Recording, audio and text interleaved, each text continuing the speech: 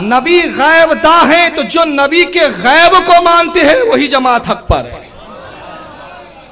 جو نبی کے غیب کا انکار کرتے اور جو کہتے ہیں نبی کو دیوار کے پیچھے کی خبر نہیں, تو وہ حدیث پہ اتفاق تو رکھتے لیکن حدیث کے اندر جنتی ہونے کی بشارت ان کے لیے ہرگز نہیں ہے.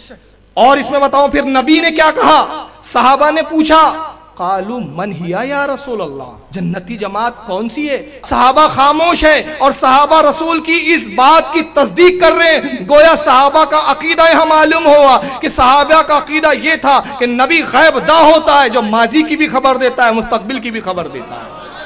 یہ صحابی کا عقیدہ پتہ چلا.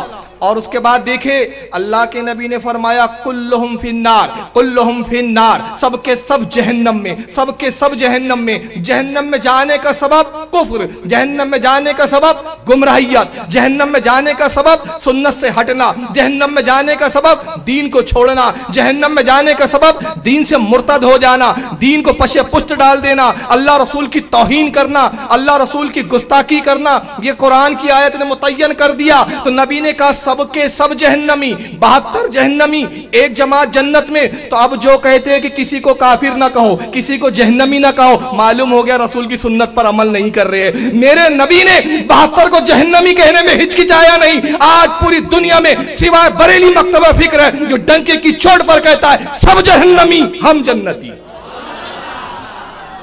یہ نبی کا طریقہ کہ نبی نے کہا سب جہنم میں. تو جب ہمارا نبی 72 کو کافر کہنے میں ہچکچایا نہیں, ہم بھی کسی کو گستاخی کی بنا پر کافر کہنے میں ہچکچاہٹ محسوس نہیں کرتے.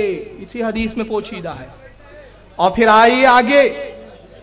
اب رسول اللہ سے صحابہ پوچھ کیا رہے ہیں, اے اللہ کے نبی یہ بتائیے جنتی جماعت کی نشانی. تو نبی نے تو یہ کہنا چاہیے تھا جنتی جماعت کی نشانی وہ جو قرآن پڑھیں گی, جنتی جماعت کی نشانی جو نماز بہت پڑھیں گی, جنتی جماعت کی نشانی جو جماعت لے لے کے نکلیں گی, لوگوں کو دین کی طرف بلائیں گی. جنتی جماعت کی نشانی ہے جو میری سنت پر ہوں گی, جو میرے طریقہ پر ہوں گی.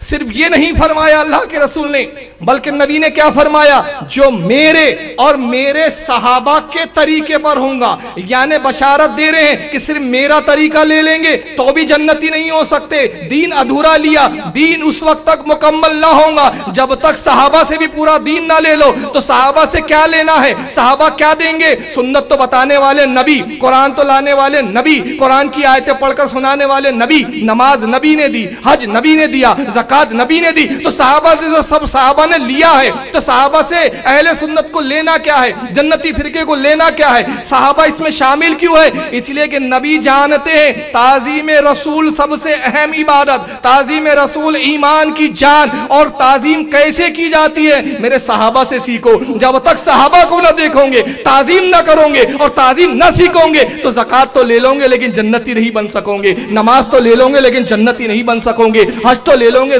جنتی نہیں بن سکو گے. کیوں, یہ عبادات یہ مقبول بارگاہ ہونے کا ذریعہ ہو سکتے ہیں, مگر عبادت قبول تب ہوتی ہے جب ایمان مضبوط ہو, جب ایمان کی بنیادیں مضبوط ہو, جب ایمان کی جڑ مضبوط ہو. درخت کی جڑ کمزور ہو تو پھل اچھے نہیں ہوتے, درخت قائم نہیں ہوتا. درخت کی جڑ ایمان ہے, اور ایمان کیا ہے, امام بخاری نے کتاب الایمان میں جلد اول میں بتایا کہ اللہ کے نبی نے کہا لا یؤمن احدکم حتی اکون احب الیہ من والدہ وولدہ والناس اجمعین. تم میں اس وقت تک کوئی مومن نہیں ہو سکتا, تم میں اس وقت تک کوئی مسلمان نہیں ہو سکتا, تم میں اس وقت تک کوئی مومن نہیں ہو سکتا جب تک وہ مجھ سے اتنی محبت نہ کرے جتنی اپنے باپ سے نہ کرتا ہو, جتنی اپنی اولاد سے نہ کرتا ہو, جتنی اپنے عزیز و اقارب سے نہ کرتا ہو. والناس اجمعین, تمام دنیا کے عزیز و اقارب اور رشتہ داروں سے نہ کرتا ہو, ان سب سے زیادہ جب تک مجھ سے محبت نہ کرے ایمان مکمل نہیں ہو سکتا. تو تعظیم رسول, محبت رسول, ایمان اور تعظیم نبی کی کیسے کی جائے تمہیں صحابہ سے سیکھنا پڑے گا. تو آج کچھ جماعتوں نے کیا کہا, ہم تو صرف قرآن و حدیث لیں گے, ہم کسی کی تقلید نہیں کریں گے. معلوم ہو گیا یہ بھی نکل گئے, یہ تو سب سے پہلے نکلے. میں نام نہیں لوں گا, آپ کی دانش پر میں چھوڑتا ہوں کہ آپ سمجھتے جائیں کون کون سی جماعتوں کی میں آج نشاندہی کر رہا ہوں. ایک جماعت نے کہا ہم صرف سنت,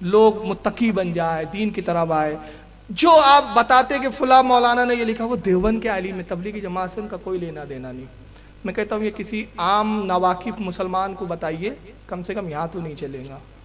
مولوی الیاس صاحب کے پیر و مرشد جن سے وہ مرید ہوئے، ان کا نام ہے مولانا رشید احمد گنگوہی. دیوبند سے تعلق کیسا ذرا جوڑتے جائیے. مولانا رشید احمد گنگوہی کون ہے؟ پیر و مرشد ہے. پیر صاحب ہے کس کے؟ مولانا الیاس کاندھیلوی کے. تبلیغی جماعت کا جنہوں نے نصاب لکھا جو فضائل اعمال کے نام سے چھپتا ہے، مولانا زکریا صاحب، یہ مولانا قاسم نانوتوی کے پوتے. مولوی قاسم نانوتوی وہ جن کو کہا جاتا ہے کہ دارالعلوم دیوبند کے بانی ہیں، فاؤنڈر ہے. مولانا الیاس کاندھیلوی صاحب جب بڑے ہوئے تو دارالعلوم دیوبند کے مدرسے میں انہوں نے داخلہ لیا. ان کے پہلے استاد مولانا محمود الحسن صاحب، جن کا ترجمہ قرآن چھاپا بھی جاتا ہے. سعودیہ نے بھی ان کا ترجمہ چھاپا ایک زمانے میں. اب آج کل سعودیہ والے ان کو جوتے مار رہے ہیں. ابھی وہ وقت نہیں ہے، پھر کبھی موقع ملا تو بتاؤں گا. ان کے خلاف کچھ سعودیہ میں یہ اب ہم کو بولتے ہیں نا. ابھی ایک سوال بھی آیا تھا کہ وہاں کے امام کے پیچھے نماز کیوں نہیں پڑھتے. میں کہتا ہوں ہمارا تو چھوڑیے، اپنی خیر لیجئے. القول البلیغ، یہ سعودیہ کے مفتیوں نے ایک عربی میں کتاب لکھی جس میں ان کو کافر ڈکلیئر کیا ہے تبلیغی جماعت والوں کو، علماء دیوبند کو.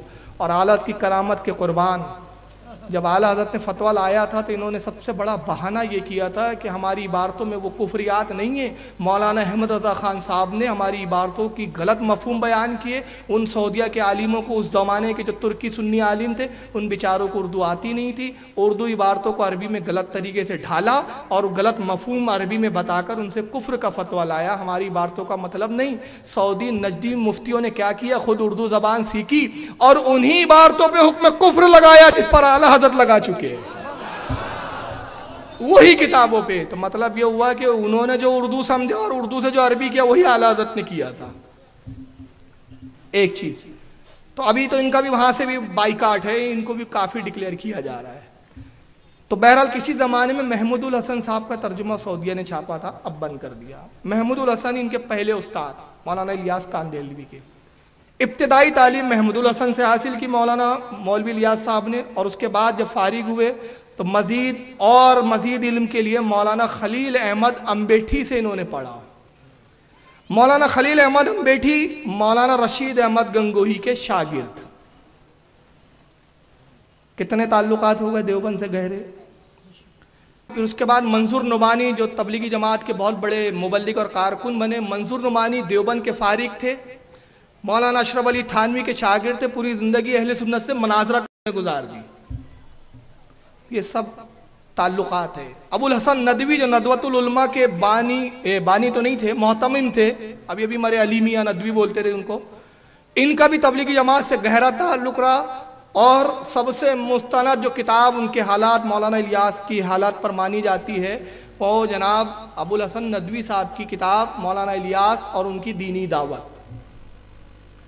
اب آئیے مولانا الیاس صاحب جو دیوبند کے تبلیغی جماعت کے جو فاؤنڈر ہے، جس کو تبلیغی جماعت دھو رہی ہے آج، ان کا مقام و مرتبہ دیوبندیوں کے نزدیک کیا ہے، اس کے لیے آئیے پہلی میں کتاب آپ کو پروجیکٹر پہ دکھا رہا ہوں. یہاں پہ ٹیبل پہ ایک ایک کتاب موجود ہے. اعلان کر دوں اگر پروجیکٹر پر شبہ ہو کسی کو بھی تو بعد میں میرے قیام گاہ پر جہاں میں ٹھہرا ہوں وہاں پر آ کر بھی کتاب کو دیکھ کر تصدیق کر سکتا ہے. یہ کتاب کا نام یہ مولانا محمود الحسن صاحب کی کتاب ہے، مولانا الیاس اور ان کی دینی دعوت. آئیے ذرا اس میں دیکھیں کہ ان کا مقام کیا ہے مولانا الیاس صاحب کا. اس کتاب کا صفحہ نمبر 51 52 51 52 51 پہ لکھا جاتا ہے امی بی، یعنی مولانا الیاس صاحب کی نانی. امی بی مولانا پر بہت شفیق تھی، فرمایا کرتی تھی کہ اختر، ان کا لاڑ کا نام گھر میں مولانا الیاس صاحب کا کیا تھا؟